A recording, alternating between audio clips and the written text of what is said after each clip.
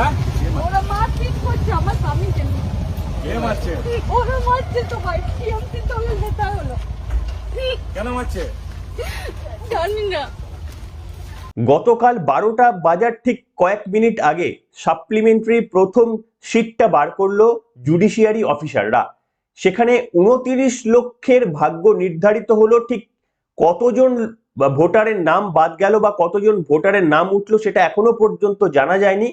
প্রযুক্তিগত কিছু সমস্যার জন্য একেবারেই গভীর রাত পর্যন্ত অপেক্ষা করার পরও কিন্তু সেই তথ্য আমরা হাতে পেলাম না।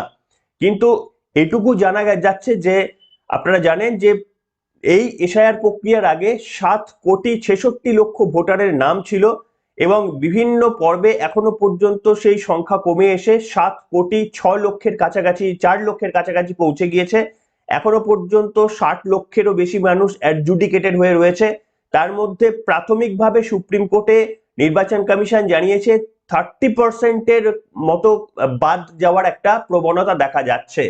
এই পরিস্থিতিতে পশ্চিমবঙ্গে যখন নির্বাচন আসন্ন, যখন অন্যান্য সমস্ত খোল নলচে কার্যত নির্বাচন কমিশন বদলে দিয়েছে, তখন আবারও রাজ্য সরকার সুপ্রিম কোর্টে না গিয়ে এবার আবার হাইকোর্টে তারা চলে গেছেন। কল্যাণ বন্দ্যোপাধ্যায় গতদিন তিনি আপিল করেছেন যে এই যে সিদ্ধান্ত, তুগলকি সিদ্ধান্ত তাদের মতো করে তারা মনে করছেন যে রাষ্ট্রপতি শাসন জারি করা হয়ে গেছে, অলিখিত রাষ্ট্রপতি শাসন জারি করা হয়ে গেছে। নির্বাচন কমিশনের কি এতটা এখতিয়ার থাকে, এই নিয়ে তারা প্রশ্ন তুলেছে। কিন্তু সব থেকে বড় খবর কি জানেন, এতদিন পর্যন্ত বিরোধীরা এই তৃণমূলের সরকারকে অগণতান্ত্রিক সরকার বলতো, উন্নয়ন বিরোধী সরকার বলতো। এবার সুপ্রিম কোর্টের কাছ থেকে সেই মান্যতা কার্যত পাওয়া গেল। এই সরকারটি জনবিরোধী শুধু নয়, এই সরকারটি একেবারে উন্নয়ন করবে না বলে জেদ নিয়ে বসে রয়েছে। সওয়ালে এমনটাই কার্যত বললেন দেশের প্রধান বিচারপতি। জানি না এরপরে আবার নির্বাচনের সময় মমতা বন্দ্যোপাধ্যায় এই সুপ্রিম কোর্টকে আবার বিজেপির বিচারালয় বলবেন কিনা। আজকে আলোচনা করবো আপনাদের সামনে। নমস্কার, welcome to simple as a বিষয়ে আপনাদের সকলকে স্বাগত জানিয়ে শুরু করছি নতুন আরো একটি পর্ব। প্রথমে আমি আপনাদের সামনে একটা ভিডিও ফুটেজ দেখাতে যাচ্ছি, খুব অল্প করে দেখাবো। সেই ফুটেজটা একবার আগে দেখে নিন।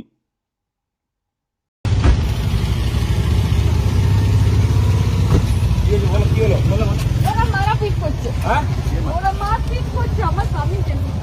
কে মারছে? ওরা মারছে তো ভাই, টিএমসি দলের নেতা হলো। কেন মারছে? জানি না। তো সেদিনও এসেছিল পার্টি অফিসে। হ্যাঁ দাদা, আমি এসেছিলাম, এর আগে অত্যাচার করেছিল, আজকে এত মেরেছে ওকে উঠতে পারছে না। থানায় যাওনি? থানায় গেছিলাম, ওরা এসে নিয়ে বাড়িতে আমার দিয়ে গালাগালি করে চলে গেল। কে পুলিশ? হ্যাঁ, রাজীব বললেন যে অফিসারটা আছে, বলছে বেশি বাড়াবাড়ি করবি, বলছে ঘর ছাড়া করে দেবো তোকে। কি নাম শুনছো? রাজীব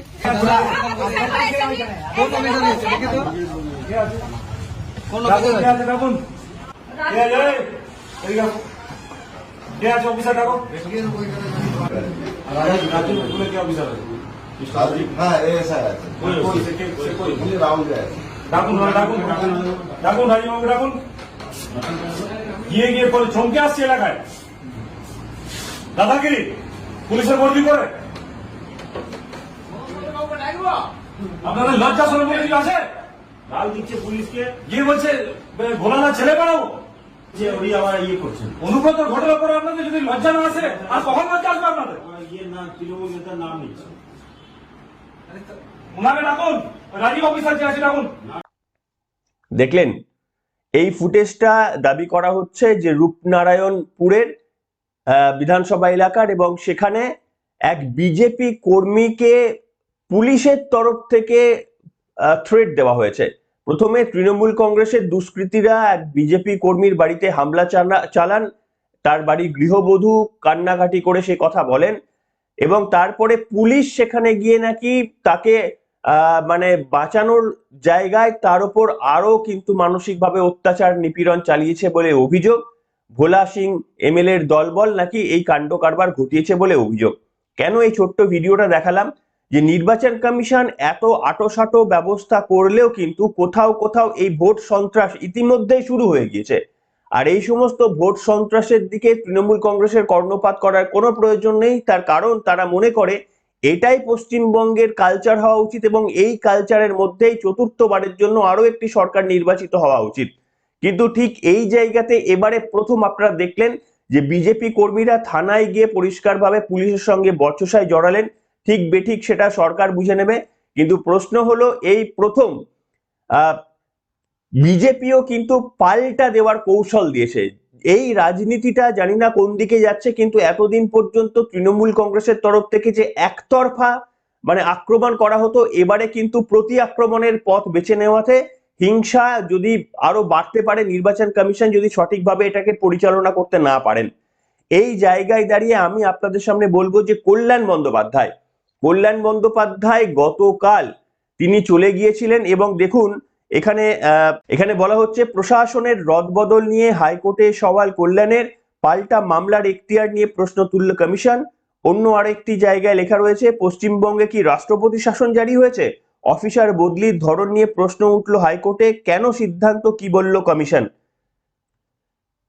কল্যাণ বন্দ্যোপাধ্যায়রা মনে করেন যে নির্বাচন কমিশনের এই এখতিয়ার নেই, যে যেভাবে একেবারে উচ্চপদস্থ আধিকারিক যেমন মুখ্য সচিব, স্বরাষ্ট্র সচিব, ডিজি, এডিজি, কমিশনার থেকে শুরু করে জেলা শাসকদের পর্যন্ত বদলি করে দিচ্ছে, তাতে করে কিন্তু রাজ্যটাকে সুষ্ঠুভাবে পরিচালনা করা, আইন শৃঙ্খলার পরিস্থিতি রাখা সম্ভব হচ্ছে না এই রাজ্যের পক্ষে।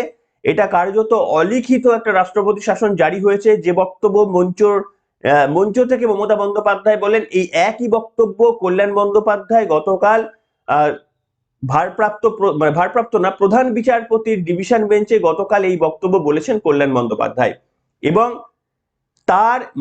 তার এই মামলার অধিকার রয়েছে কিনা এইটা নিয়েই প্রথমে যখন মুখ খোলে নির্বাচন কমিশনের যিনি আইনজীবী রয়েছেন, তিনি প্রশ্ন তোলেন যে কল্যাণ বন্দ্যোপাধ্যায় তিনি এই মামলাটি করা হয়েছে জনস্বার্থ মামলা হিসাবে, এবং এই জনস্বার্থ মামলা হিসাবে কল্যাণ বন্দ্যোপাধ্যায় যে লয়ার তিনি অ্যাপিয়ার করেছেন, তিনি তার সোশ্যাল মিডিয়া খুললেই দেখা যাবে তিনি এই রাজ্য সরকারের প্যানেলভুক্ত একজন লয়ার। ভাবুন, মানে সেটা বলে আর কি কমিশনের আইনজীবী, যে রাজ্য সরকারের প্যানেলভুক্ত একজন লয়ার নিজেকে তার পরিচয় গোপন করে তিনি জনস্বার্থ মামলা করছেন। জনস্বার্থ মামলা তো আর একজন রাজ্য সরকারের পক্ষপাতমূলক একজন আইনজীবী করতে পারেন না, মানে তিনি সওয়াল করতে পারেন না। এই প্রশ্ন তিনি বৈধতা তুলেছেন এই মামলাটি নিয়ে, এবং বলা হয় তারপরেও তিনি বলেছেন যে এটা রুটিন এবং অন্যান্য রাজ্যেতেও এই একইভাবে কিন্তু এইরকম পরিবর্তন করা হচ্ছে, তবে কোথাও কম কোথাও বেশি, ডিপেন্ড করছে সেখানকার পরিস্থিতির ওপর, সেখানে কিভাবে আইন শৃঙ্খলা বর্তমান পরিস্থিতি রয়েছে তার উপর ডিপেন্ড করে কমিশন কিন্তু এই সিদ্ধান্তগুলো নিচ্ছে। প্রাথমিকভাবে এটা বলা হয়েছে, রাজ্য ভেবেছিল হঠাৎ করেই কোনো একটা সিদ্ধান্ত, স্থগিতাদেশের সিদ্ধান্ত তারা তড়িঘড়ি নিয়ে আসতে পারবেন, সেটা অন্তত আপাতত হয়নি। সামনের বুধবার আবারও এই মামলার দ্বিতীয় শুনানি রয়েছে। ঠিক এই জায়গায় একদিকে যখন নির্বাচন কমিশন শুনানি করছে এবং কল্যাণ বন্দ্যোপাধ্যায় যখন গিয়ে বলছেন যে অলিখিত রাষ্ট্রপতি শাসন জারি হয়ে গিয়েছে, তখন ঠিক সেই সময়ে নির্বাচন কমিশন আবারও 73 জন রিটার্নিং অফিসারকে সরিয়ে দেওয়ার কাজটা কিন্তু করলো। রিটার্নিং অফিসার লেভেলে এই প্রথম তারা নামলো, অর্থাৎ শুরুটা হয়েছিল মুখ্য সচিবের মতো শীর্ষ আধিকারিকদের দিয়ে।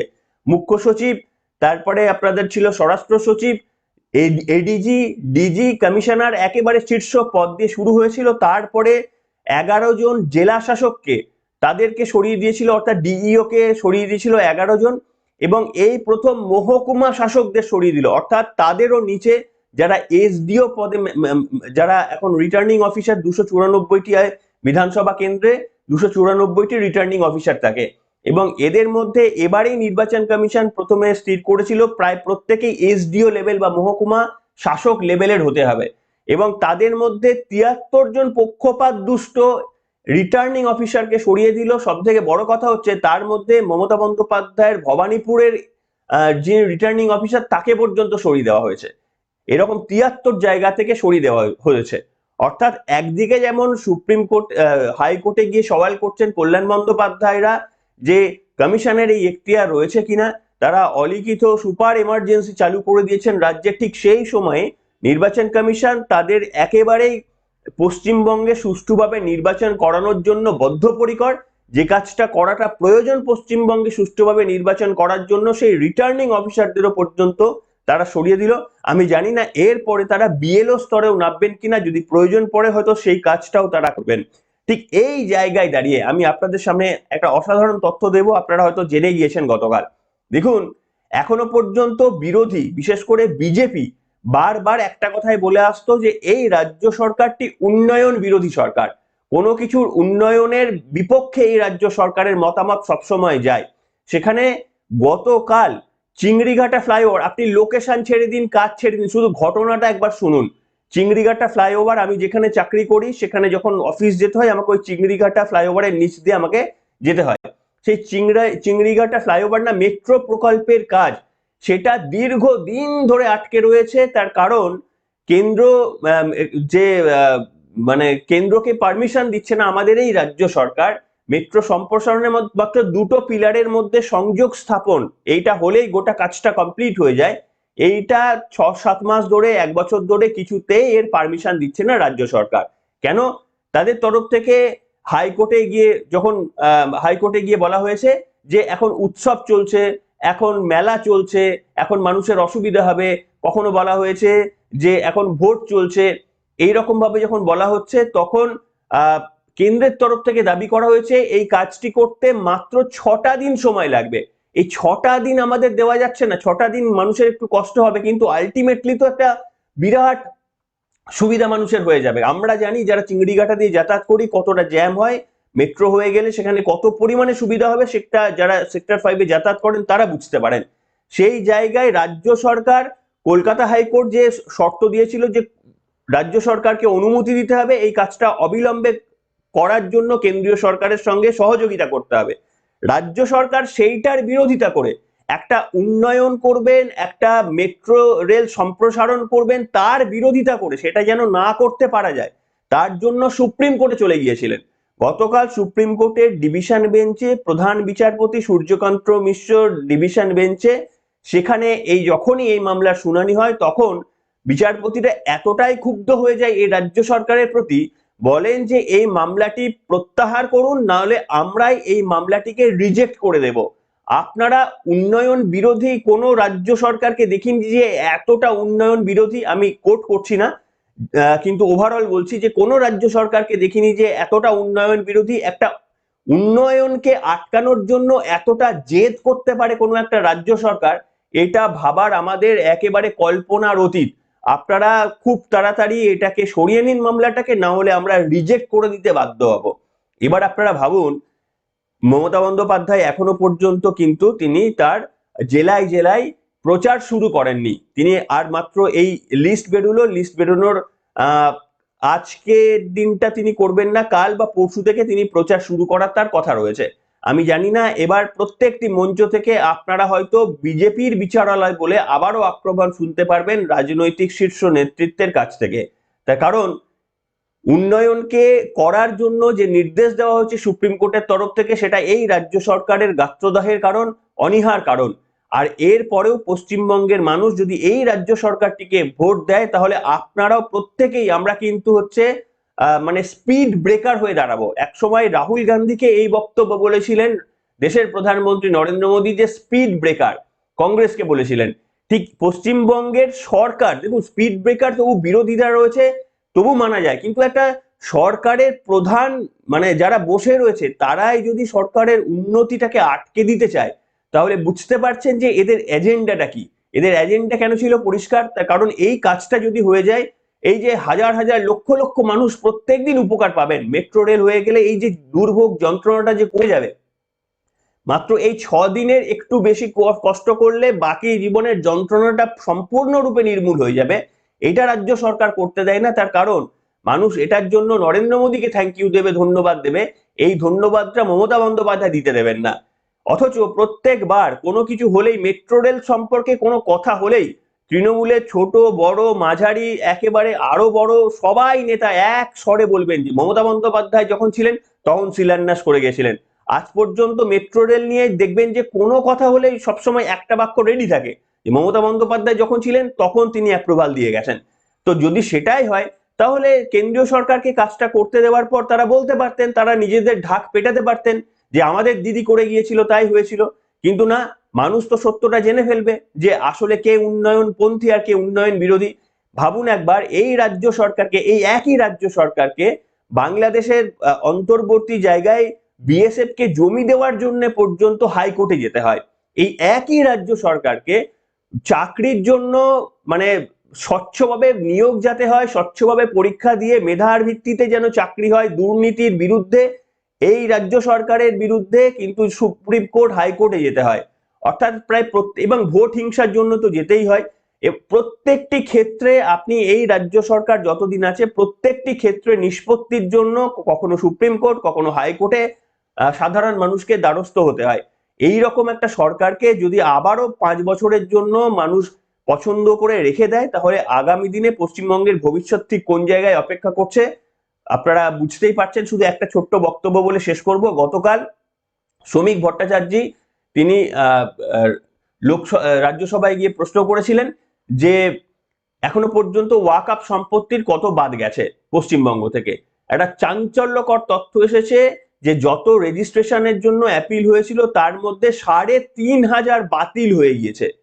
এই রাজ্য সরকার মুসলিমদের পাশে দাঁড়াবে বলেছিল, সেটাও করেনি। তার কারণ উমিদ পোর্টালে এই রেজিস্ট্রেশনের জন্য যে সময়সীমা বেঁধে দেওয়া হয়েছিল, এই রাজ্য সরকারের ভুল পদক্ষেপের জন্য, ভুল নির্দেশিকার জন্য এই সমস্ত ওয়াকআপ বোর্ডগুলি তারা প্রপার্টিগুলো রেজিস্ট্রেশন করাননি। ভেবেছিলেন মমতা বন্দ্যোপাধ্যায় বাঁচিয়ে দেবে, শেষে একেবারেই তড়িঘড়ি মানে 1 লাখের উপর রেজিস্ট্রেশন যেখানে করাতে হতো সেখানে মাত্র কয়েক হাজার, 20,000 23,000 তারা করেছিলেন। তার মধ্যে 3,500 ভেরিফিকেশনের জন্য বাতিল হয়ে গেছে। শ্রমিক ভট্টাচার্যকে গতকাল কিরেন রিজিজু রাজ্যসভায় উত্তর দিয়েছেন। এই পরিস্থিতিতে সংখ্যালঘু মুসলমানরা পর্যন্ত এই রাজ্য সরকার, এই তৃণমূল নামক এই দলটির ওপর, এই রাজ্য সরকারের ওপর বেজায় ক্ষুব্ধ। এই পরিস্থিতিতে মমতা বন্দ্যোপাধ্যায়ের মানে কান্ডারি যদি কেউ পেরিয়ে দিতে পারে সেটা হচ্ছে একমাত্র ভোট সন্ত্রাস, রিগিং, বুথ জ্যামিং। এইগুলোই মমতা বন্দ্যোপাধ্যায়কে চতুর্থবারের জন্য ক্ষমতায় নিয়ে আসতে পারে, না হলে নয়। সেই দিকেও অন্তরায় হয়ে দাঁড়িয়েছে নির্বাচন কমিশনার, এবং সেই কারণেই কল্যাণ বন্দ্যোপাধ্যায়কে দিয়ে আবারও হাইকোর্টে আরো একবার দরজা খটখটানোর চেষ্টা যে এইটাকে বন্ধ করে দেওয়া হোক, এই সিদ্ধান্তগুলো নেওয়া হচ্ছে এগুলোকে বন্ধ করে দেওয়া হোক। আপনারা কি বলবেন? নির্বাচন কমিশনারের পক্ষে দাঁড়াচ্ছেন নাকি দুর্নীতিবাজ গতিরোধ সুপ্রিম কোর্টের কথা অনুযায়ী মানে উন্নতির গতি স্তব্ধ করে দেওয়া বর্তমান রাজ্য সরকারের মানে তার পাশেই দাঁড়াচ্ছেন? আপনাদের মন্তব্য লিখে জানাবেন। এখনকার মতো এখানেই, সবাই ভালো থাকবেন।